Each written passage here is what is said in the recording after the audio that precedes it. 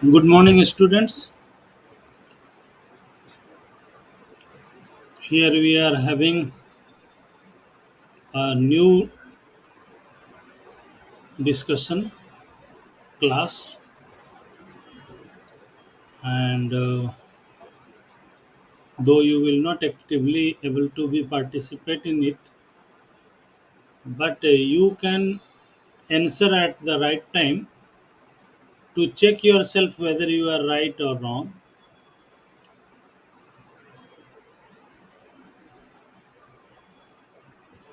We are going to discuss about an empire across three continents, and certainly in this empire we are going to discuss about the Roman Empire. So, Roman Empire covered a vast a stretch of territory that included most of Europe as we know it today and a large part of the Fertile Crescent. We have already discussed about Fertile Crescent in chapter 2nd of this book, that is Writing and City Life, and North Africa. So the empire embraced a wealth of local culture and languages. The Roman had a stronger legal position in this empire than they do in many countries today.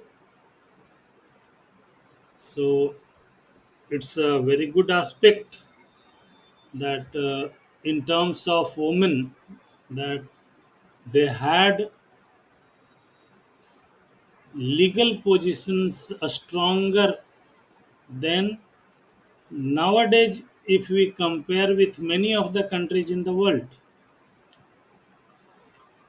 So you can see that here it's visible that the whole area of this empire is a very large Western Roman Empire. You can see this side, and Eastern Roman Empire this side. If you look it carefully, then Fertile Crescent you can see, and Africa, Europe, some part of Asia, that is Middle East. You can find that this empire is stretching. If we consider the Roman Empire, we have to think about the other empire which was contemporary to it. So, two powerful empires ruled over most of the Europe, North Africa, and the Middle East between the birth of Christ and the early part of the 7th century. So here we are going to discuss about up to 7th century what were happening. First, the two empires, you can see this was Persian Empire, or we can say that Empire of Rome, sorry, Iran, and we have already discussed about Roman Empire. So this is the Fertile Crescent, you can see. They were rivals and they were always trying to defeat other and come forward against others. So their empire lay next to each other. If you look at Mesopotamian civilization, we have already read, and this is Persian Empire. So their empire lay next to each other. and separated only by a narrow strip of land that run along Euphrates River. So we will discuss that how Euphrates River, just from one side of Euphrates was Roman Empire, other side the Persian Empire. The two most powerful empire, if we discuss one by one and try to find out the differences among them, the Roman Empire was a mosaic of territories and culture that were chiefly bound together. They had a common system of government. Same way they had many languages, of course, but two languages, Latin and Greek, were widely used language. On the other hand, if we discuss about Iranian Empire, Iran controlled whole area of south of Caspian Sea down to eastern Arabia, and a large part of Afghanistan was coming under their control. The Parthians and later the Sasanians, these two dynasties ruled Iran in this period, means up to 7th century. So these two superpowers had divided up most of the world. They were so strong and their empire was so vast that the Chinese called them Tachin, that is Greater Chin,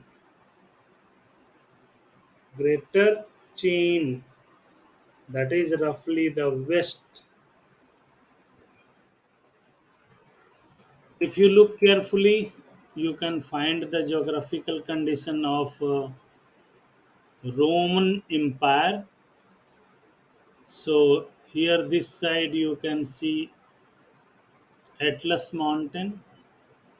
You can see large stretch of Mediterranean Sea.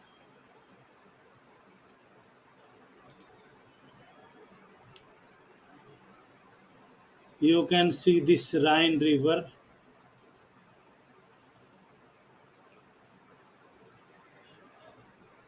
and you can see this one is Red Sea, cutting which this one is connected, and this was this became later on Suez Canal.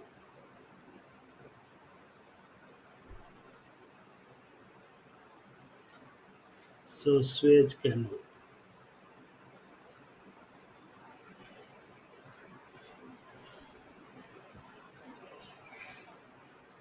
Of course, Sahara Desert to its south in Africa. If you look at the map, you have already looked, I have already told you something. You will see that the continent of Europe and Africa are separated by a sea that stretches all from Spain to the west of Syria in the east. And I have already told you that this is Mediterranean Sea. This one Mediterranean Sea. So this is Africa and this one Europe.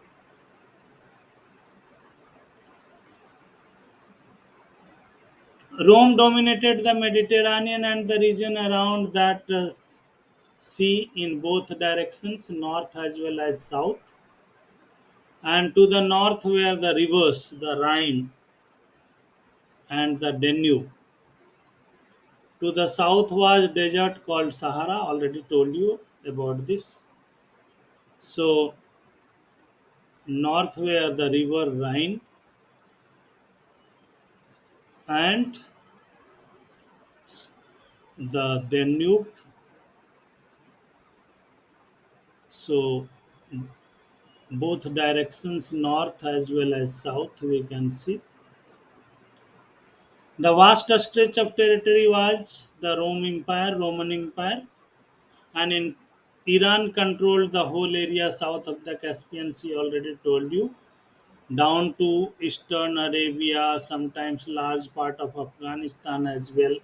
So it's being repeated. Tasin, the Chinese call, it was also told to you. If you look carefully again, you can find that this one Mediterranean Sea here. This side you can see Africa continent. Here Caspian Sea. So of course this is the Rome from where the whole Roman Empire was working and ruling.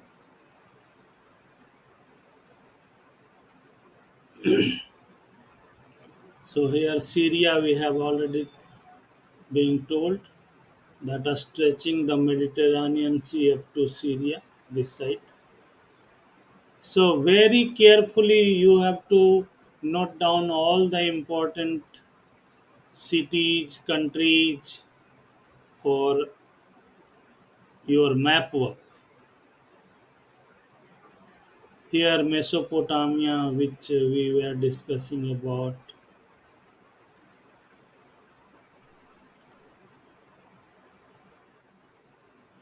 If we talk, we will take Roman Empire first, and Roman Empire, when we talk, Roman Empire, the whole Roman Empire can broadly be divided into two phases.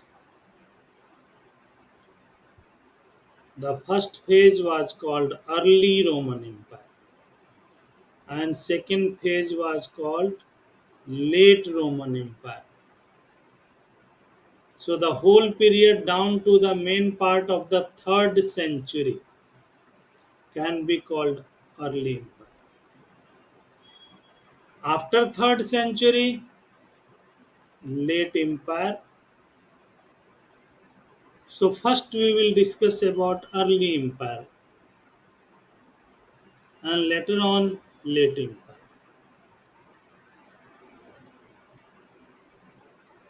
So empire was across three continents, needless to tell, because already told to you, Europe, Asia, and this side Africa. North of Mediterranean Sea, whole part is Europe. Come to this side, in the east of Mediterranean Sea, Asia, and south of Mediterranean Sea, Africa.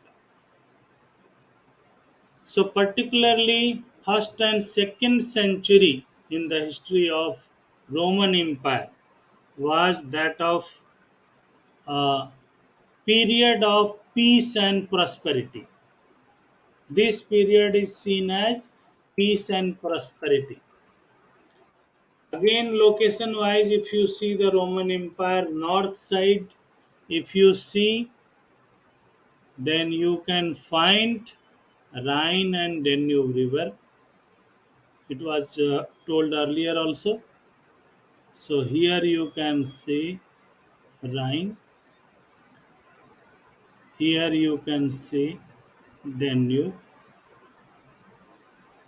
So north side Rhine and Danube. South Sahara Desert. Then east side Syria. We had already discussed here just after this Mediterranean Sea. Mediterranean Sea you are looking shown with blue. So after this is Syria this side, and west side if you see, this is Spain. This one is Spain, And three continent already told you, again and again being told, so that you can keep in mind: Asia, Europe, Africa. From east side, if you come, this one Asia,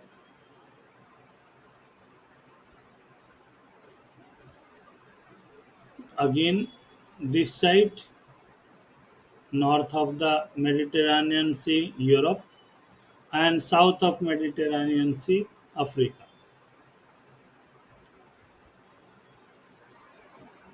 I had already told you that both Roman Empire or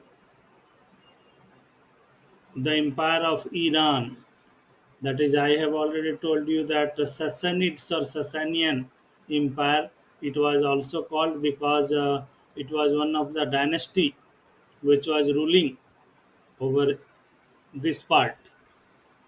So this is the river separating narrow part. The Roman Empire, if we talk in terms of 68 BC to 476 BC, so Mediterranean Sea, it was dominating. So this one, this part, Roman Empire.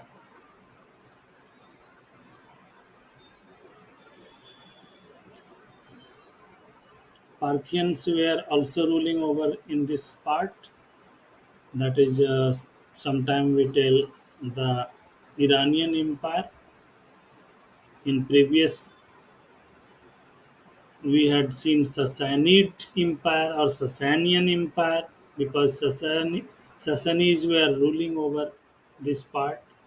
Then Parthians were also ruling in this period, that is 250 BC to 224 AD.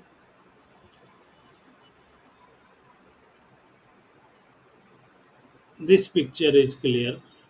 You can see here the Rhine River. It's now clear. This one Danube River is also drawn. You can see Danube River. And this Sahara Desert map is in Hindi, but it's very clear. That's why I decided to just give you idea, even though it's in Hindi version, but you can understand. And Mediterranean Sea again. So River Nile, this side.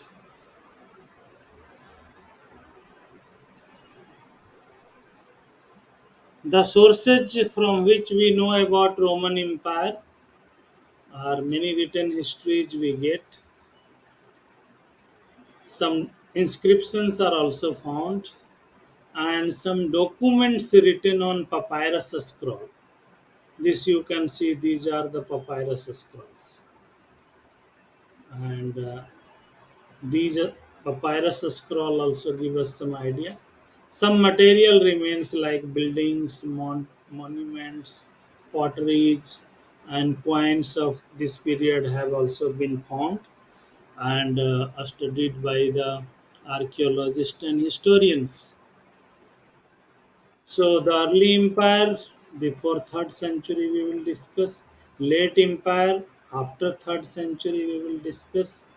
The first emperor was Augustus, and Augustus has established his regime in 27 BC. And his regime was called Principate. So, very important term. Question can be asked that what do you mean by Principate? So, the regime established by Augustus in 27 BCE, the first emperor, Augustus was first emperor, was called Principate in Rome. And to sum up, the emperor, the aristocracy, and the army, these are the three main players in political history of Roman Empire. Remember, first the emperor, second aristocracy played very important role, and third one the army. So these are the three players. Questions can be asked. Name the three players of the early empire. The three players in Roman Empire, again, if we go in detail, that is Senate. This was group of the wealthiest persons of the Roman Empire, and before 26 BC, they controlled the ruling power. At that time, Rome was republic from 509 BC to 27 BC. But later on, the king became powerful. In 27 BC, king overthrew the power of Senate, maintained a paid professional army, and Augustan age or is also known or remembered for peace. I have already told you that first century, second century was the period of peace and prosperity in the history of early Roman Empire. Tiberius was the successor of Augustus. So, should know the name of Tiberius. Then denarius, it was a Roman silver coin. So again, multiple choice questions can be asked about denarius. And in this period, many urban centers were established to control the early Roman Empire. Carthage, Alexandria, and Antioch were the three main cities and biggest cities. Through these cities, government imposed taxes, particularly in countryside.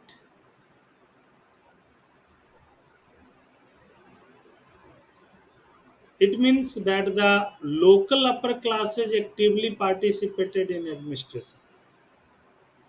During second and third centuries, these upper classes became a new power in administration,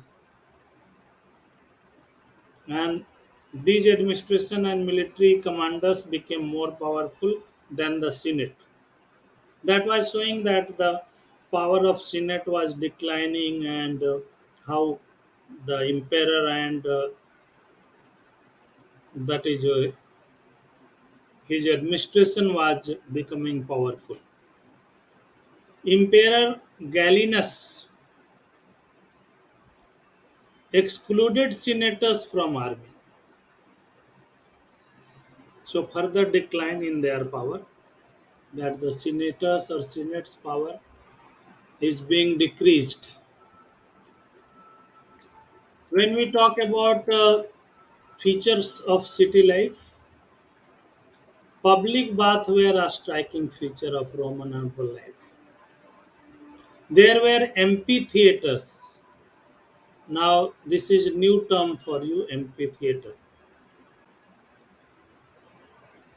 So, amphitheater, this one is the picture of amphitheater at the Roman cantonment town of Bindonissa. This picture is given in your book. You can see in your book also. You can find out in first century common era, and this was used for military drill. You can see the biggest, this one actually very big ground, for parade purpose it was used, military drill, and for some time entertainments for the soldiers. Each city had its own magistrate Their territory was also fixed, and according to imperial favor, villages could be upgraded to cities or sometimes degraded also. That if condition is not favorable to grow as cities furthermore, it might be left out as village. And in cities, better facilities of food, even during famines, were available. So here in any town nowadays, you can compare even in today that you will find that most of the people want to live in urban area, and this is all because of the facilities. But third century, again and again, I was telling you, first and second century was the period of peace and prosperity, but third century brought crisis for them. In Iran, a new aggressive dynasty, we have already seen Sasanians or Sassanid Empire. So Sasanians emerged and they attacked the Roman Empire. And not once, but again and again. As you can remember, you can recall that in India also, many of the barbarians or the people who were attacking on India, they were attacking again and again for getting booty. So, in a famous rock inscription cut in three languages, Shapur I was one of the Iranian ruler, and he had claimed that he had annihilated a Roman army 60,000 and even captured the eastern capital of Antioch. Means they had captured large part and defeated a large army of Roman Empire. Meanwhile, the Germanic tribe, they were Alemanni, Franks, and Goths. So three names: Germanic tribes, Alemanni, Franks, Goths. They attacked the northern part of Romans and forced to leave much of the territory beyond the Danube. So Danube River you had already seen in the map. While the emperor of this period were constantly in the field against what was called Romans, barbarian. We even Indian also, we were also terming barbarians to Mongols, Genghis Khan. They were barbarian tribes. They were very cruel. And because of all these ups and downs in Roman Empire, there took place rapid succession of emperor in Roman Empire in 3rd century. You can find that 25 emperors got changed in just 47 years. So within a short period of time, 25 emperors. So even if you take the average, you can find that one emperor could hardly rule more than 2 years. Perhaps most of them or some might be more than 2 years, but average period is coming less than 2 years. Now we will discuss about gender of Roman Empire in terms of male and female. They were believing in nuclear family. Once the son got married, he will try to live separately. Right of woman in father's property was assured that the lady can get paternal property. But when we talk in terms of husband and wife, both were financial unit separately. Yes, one more good thing was that if women want to take divorce, they could take. It was not so much difficult. Marriages were generally arranged, but age gap between husband and wife was too much. Women were often dominated by their husband because husbands were always having more age than the woman, than the wives. Certainly, the person who is older than other start to dominate the younger one. So, according to Saint Augustus, Catholic bishop, this person was honestly telling that his mother was regularly beaten by his father. This shows that the male member was dominating the female member in the family. Already there was nuclear family, but there was a good point that if woman is dissatisfied and not want to live with her husband, she can easily get divorce.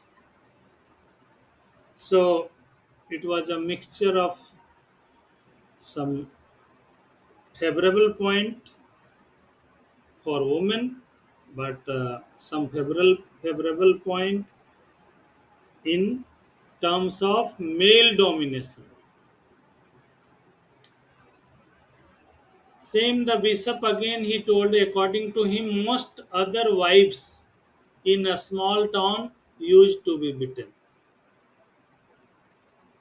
Even the bishop's father was beating his mother.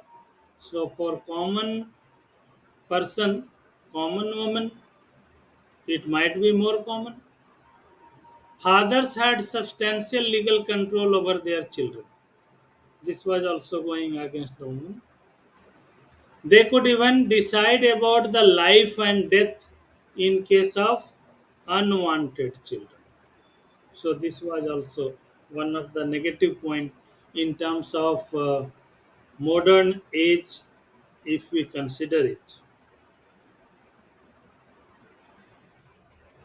About the literacy rate, overall literacy rate was not good.